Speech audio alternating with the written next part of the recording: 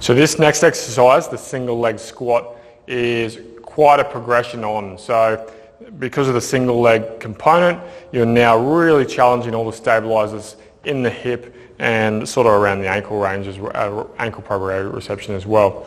So it's a great exercise for testing athlete readiness. So if they're coming back from rehab, if they can perform that with control around their knee, it's a great way to test that. I like it as a just a prehab exercise. Make sure that all the stabilizers are working.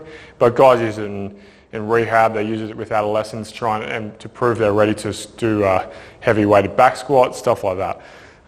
It is important to do single leg work because all your most functional activities like running will be on single legs. I still use a plate for my heels because my dorsiflexion isn't great. I'm still working on that. But what we do, get nice and close to a bench. I'll get my heel ready here.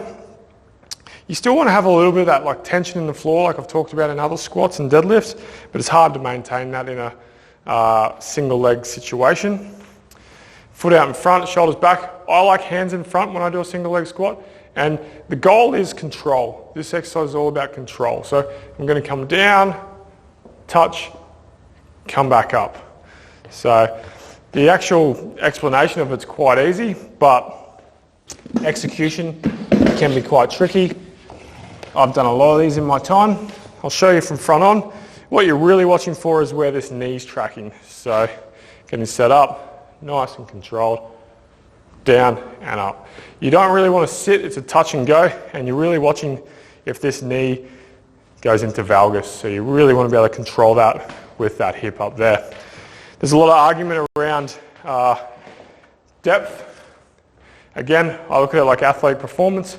A full pistol looks cool. It does display a lot of strength and mobility, but most athletes, if you get past that point in any sort of exercise, you're pretty much compromised anyway. So I generally develop just below 90 and come back up.